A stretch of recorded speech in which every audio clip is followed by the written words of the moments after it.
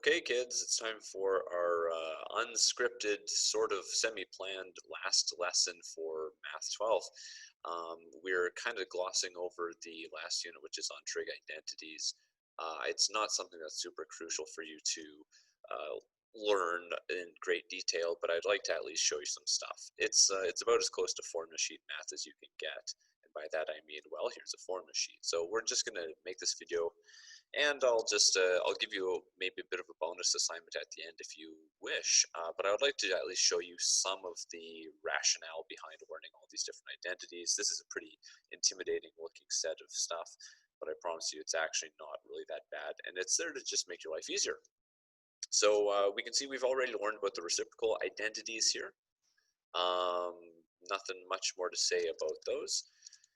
Quotient identities, okay, I'm just going to pick a few that I want to maybe show you where they come from and why they exist. So tan x equals sine x over cos x. All right, so I think we said that before, but if you don't know, this is actually quite important. You don't ever need to know tan if you know sine and cosine, because you can just work out tan by dividing the two. Just a quick little proof of why this is the way it is. It's very simple. So we know that tan x equals opposite over adjacent. We know that sine of x equals opposite over hypotenuse, and we know that cosine of x equals adjacent over hypotenuse. So what do you get when you divide sine by cosine? Well, if you divide these two together, you wind up having O over H divided by A over H, and what that turns into is O over H multiplied by H over A, and then we can cross out the H's and we get O over A, which is tan. So a pretty quick little proof there just to show you that tan of an angle is equal to sine of the angle divided by cosine of the angle. All right, not too much else to say about that. This has some other ramifications. We kind of talked about them before, but that's all I need to mention about that right now. When I say that specifically, I mean things like the sine graph. Sine graphs look like this, cosine graphs look like this, and tan graphs. Why do tan graphs do this weird thing and have these vertical asymptotes? Well, we know that when cosine of x equals 0, that means tan of x equals undefined, because if tan is sine over cosine, then you're divided by 0, blah, blah, blah. All right. Anyway, that's not the most interesting one, so I'm just going to quickly go make that one disappear. This one is actually really important. This is called a Pythagorean identity here. There's 3 different ones. They're all just rearrangements of the same basic one here. I'm going to just prove this one here. Okay, this one's actually super easy to prove. Imagine you have a circle. Okay, that's pretty well circled. And let's say there's a radius of r. And we know that in general for a circle you go x squared plus y squared equals r squared. And that's because we've got an x and we've got a y over here. So this is Pythagoras' theorem, and this is also true for any triangle you draw that you could form in the circle. So when we start thinking about cosine and sine, we put the angle in right here, and we would say, we wouldn't call this r, x, and y. What we would do is we'd turn this into, here's your angle, O, A, and H. So we can say that the opposite squared plus the adjacent squared equals the hypotenuse squared.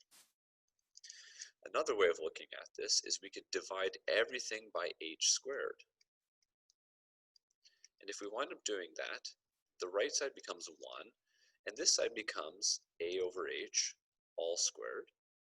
And then this side becomes O over H all squared. And you can see where I'm going with this, hopefully. That is the sine ratio. So sine of x squared, plus cosine of x squared equals 1. Or we can also equivalently write it in this form here. Okay, so this is actually a really important identity. Sine of any angle squared plus cosine of any angle squared is equal to 1. And you can go ahead and you can try that. Pick any value of x you want and put it in there. I guarantee you it will equal to 1. I'm not going to bother because that's something you can try, but you should go ahead and do it just out of curiosity. Now I'm saying that because I'm too lazy to get on my calculator. But you know what? You could even try it with a special angle if you want. So we'll just for fun, let's try, because it's nice to actually say things, but it's even better to see it work. So let's just say you had an angle of, I don't know, let's just go with 30 degrees. My claim is that sine of 30 squared plus cosine of 30 squared is equal to 1. So is that true? So if you remember special triangles, here's a 30, and here's a 1, root 3, and a 2. Sine is opposite over hypotenuse, so sine of 30 is 1/2, but squared. Cosine of 30 is adjacent over hypotenuse, so that's root 3 over 2 squared. And if you work this out, that's 1 over 4. That's 3 over 4. Voila, it's 1. Okay, anyway, so it works. And you could try with any angle. If you don't believe me, it will always work. So pretty cool. Okay, the other one that's really interesting in my mind is we start going down to the sum and difference identities. These look really, really, really intimidating looking at all of this. But the purpose of this is it actually allows you to do some pretty cool things. Now, I could show any of these, but I'm going to focus just on this one here because I actually think this one is arguably the most interesting one. Maybe similarly this one. I don't know anyone who has ever used this ugly piece of barf, but if you want to figure out where that comes from, you go sine divided by cosine, you'll end up with the tan. Anyway, what is the point of something like this? This says that the sine of some angle A minus some angle B can be written out this way. One of the main reasons why I see this as being useful is because we can do things like we can answer questions. You know how we have oh, that's a terrible triangle. I can do a little better than that. You know how we've got our special triangle with a 45-degree angle in here? Is it weird going back to degrees instead of radians? I don't know. I kind of like degrees more just for showing some basic stuff, right? Sometimes you get a little lost in the weirdness of pi. Anyway, so here's some angles. So there's a 45-45 triangle and there's a 30-60. Is there a special triangle that has a 15-degree angle and a 75?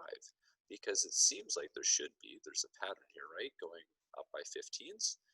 And it turns out the answer is yes. Now, what is the side length of all these other sides? That's not something that's super simple, but it does exist. And if we want to figure it out, we can go ahead and we can use this identity here.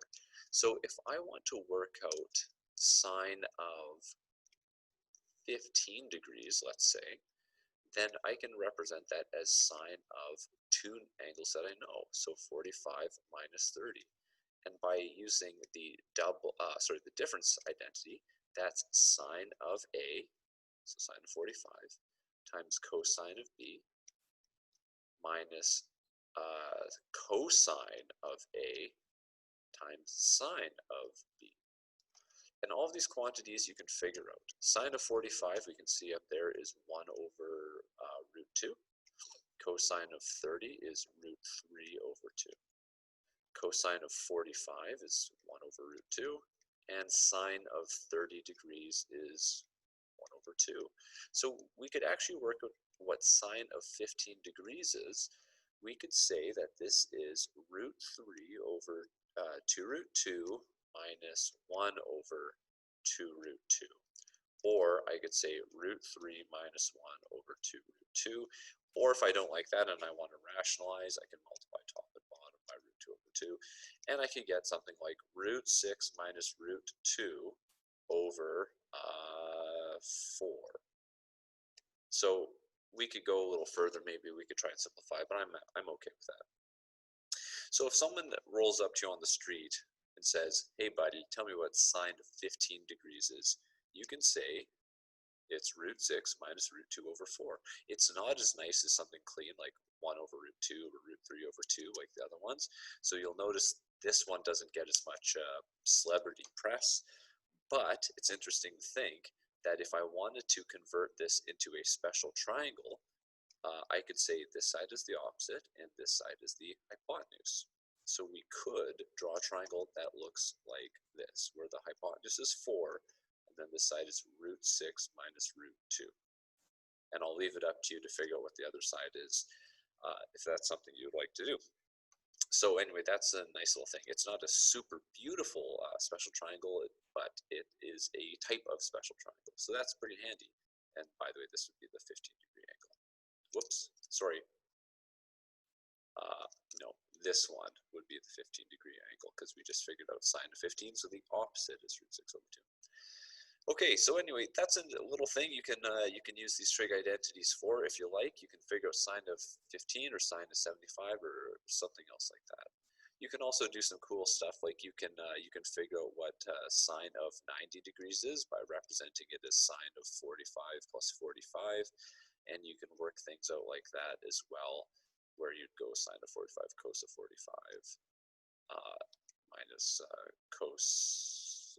No, that's a plus, I think. There we go, sine of 45. If you ever forget these, they're all on a formula sheet. Don't worry, even in regular non-COVID times, you never would have had to memorize any of this. You just have to know how to understand it. Just for fun, this would be 1 over root 2 times 1 over root 2, and this would be 1 over root 2 plus times 1 over root 2. And this would give you 1/2 plus a half, which is equal to 1. And it turns out sine of 90 is equal to 1, because if you draw the sine graph and it goes like this, there's 90, and it's equal to 1. Cool, hey?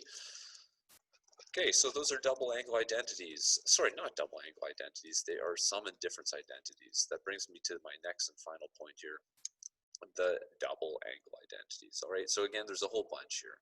This is my favorite. Cosine is interesting because it has 3 different representations, and tan has this really, really gross looking one. I'm not going to show you those. Again, they kind of all come from roughly the same place here. I'm going to show you this sine one because as a physicist, I actually you actually use this. Oh, by the way, this is old. Combinatorics isn't even in the course anymore. You guys thought this course was hard. It's missing an entire unit. Okay, so what does this have to do with anything here? So first of all, I'd like to point something out here. This 2a, this is saying double the angle. So this is saying, like, if you want to know what, say, sine of 60 degrees, you could go to sine of 30 cos of 30. Okay, so if the angle A is 30, then you could take this complicated looking thing and you could make it very simple like that. So that's what this is saying. Now, what does this have to do with physics? I'm going to show you. Now, if you've never taken physics before, you might not fully get what I'm going to show you, but hey, you might even learn something useful here. So let me just give you a little lesson here. So if you're firing projectiles, we can consider the range of a projectile. Okay, so a range would be if you're on level ground, you go pew, and you fire a projectile. How far does it go? This we would call the range. Okay, so what we usually do in physics is we say we fire something at a velocity and we put it at an angle to the horizontal horizon. If you wanted to figure out an easy formula for this, well, people who have taken physics, they know there's a couple different things you have to do. First of all, if something is fired on an angle at a certain velocity, you can split it up into how fast is it moving horizontally, so that's its component, Vx, and how fast is it moving vertically, that's its y component, Vy.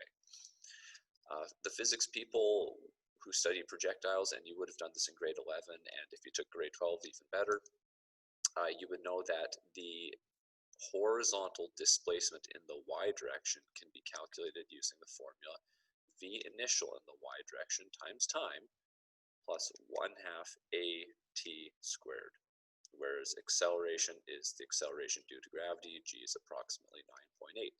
But you know what? I'm not even going to use the number. I'm just going to leave it as G. So let's just go G.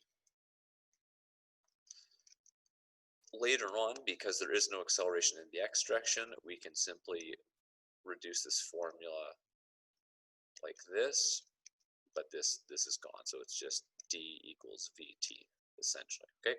But what I'm going to show you is the neat part here. So now if you work out the dy, now if you're firing it on level ground, and by the way, this formula only works on level ground, it goes up, it comes back down. In physics, that is a displacement of 0. I know it travels a distance, but in physics, the displacement is where you start from and where you end from, so that's 0. How do you calculate VIY? It turns out if here's your angle, what you would do is you would say that sine theta equals VIY, so the opposite side here, over the hypotenuse. Or if we take this over here, we would say it's V sine theta. So this becomes V sine theta. Now before we go nuts, you can see this looks like a quadratic, but guess what? Something special happens here. Because this is 0, we can just divide both sides by t. Well, 0 divided by t is 0. That's going to kill one of these guys. So this actually simplifies things down a lot. You get plus 1/2 gt. Or you get that the time is equal to, you take v sine theta to the other side, you divide by 1/2 g. Now here's a little thing. G in physics, by the way, is about negative 9.8. So what we often do here is we often put the negative sign in, so that becomes negative v sine theta over 1/2 negative 9.8, and we cancel out those negative signs. And instead of dividing by half, that's kind of stupid, let's just multiply by 2. So let's go 2v sine theta over g, with the understanding that g is positive 9.8 here. We're just interested in the number. Now what we do is we can now take this expression here and we can stick it in there. We can say d in the x direction equals vix times, well, this. Now let's also work out vix. So the velocity in the x component here, that would be cosine theta equals v initial x over v. Or we could say v initial in the x direction, which by the way is the same as final because it never slows down when it travels horizontally, assuming no air resistance and all that sort of stuff. Anyway, we get v cos theta, and over here we get 2v sine theta over g. Okay, now if you've been following along, excellent. If you kind of got lost there because you haven't taken physics, don't worry about it. The point here I'm just trying to show you is in a real actual situation in which we use math to describe something as simple as throwing an object, we end up with this formula that looks like a 2 sine theta cos theta. I'm just rearranging the terms, and we've got a v squared over here, and we've got a g. And what's really neat is, without forcing it into some weird math textbook style question where they, how they force you to do math, you actually end up with 2 sine theta cos theta. And to simplify the formula, we can go up here and we can use this guy, and we can actually clean this up to make a real simple calculation. So you don't have to go sine of an angle times cosine of an angle. You can just write sine of 2 times the angle, and then multiplied by v squared over g. Or how this is usually written, the range, the horizontal range, is v squared sine 2 theta over the acceleration due to gravity, which is 9.8. And you get this really cool formula, and sometimes people are shown this formula in physics. They're not often shown like the actual derivation, but that is a use of the double angle identity. So I could use this now to say if I throw something at, let's say, 10 meters per second at 30 degrees above the horizon, how far will it go? And you can go ahead and you can go and try this if you want. So you can actually go r equals blah blah blah. So this would be 10 squared, and then you go sine of 2 times 30, so that'd be sine of 60, and you would divide it by 9.8. So that would be 100 times sine of 60. So what is sine of 60? Here's 60. 1 root 3 over 2, and this would give you root 3 over 2 divided by 9.8, and that would give you, okay, well, I'm just going to grab my calculator here. I'm not going to show it to you. I'm just going to go 100 times root 3 divided by 2, and then I'm going to divide that by 9.8. So if you threw something like that, you'd expect it to land at about 8.8 meters away from you. Anyway, that's a pretty handy little thing, and that's a nice little use of the double angle identity. Okay, so that's basically everything I wanted to show you. Now that's basically at least a week-long unit in one reasonably short video here. If you didn't get every single thing, that's not the end of the world. I wanted to show you this is what you're missing out on. This doesn't really come up in, let's say, calculus, but it is a cool little thing, and it's an extension, and there's a few nice little interesting applications. So what do you do if you are actually watching this video, which I expect a small percentage of the class will, but if you have and you want some extra credit, I'll leave it up to you to do a few different possible things. The main thing that I was thinking of is you could do something like the difference identities, and you could work out what are all the sides of the 1575 I guess that would be a 90-degree triangle. So I did a little bit of the working out for you, but you could do some more. You could also consider using this actual formula and doing something with it if you wanted. You could go outside and test it out. And any other identities that you think are cool and maybe you just want to look into a little bit more, I'd love to hear it. So anyway, I'll leave it up to you, but the main one I was thinking would be, can you complete up this triangle and maybe use like cosine of 15 to do it, to figure out the other side. Okay, anyway, that's it. That's actually it for the course for this year. Thanks for watching. It has been a pleasure for me. Okay, bye for now.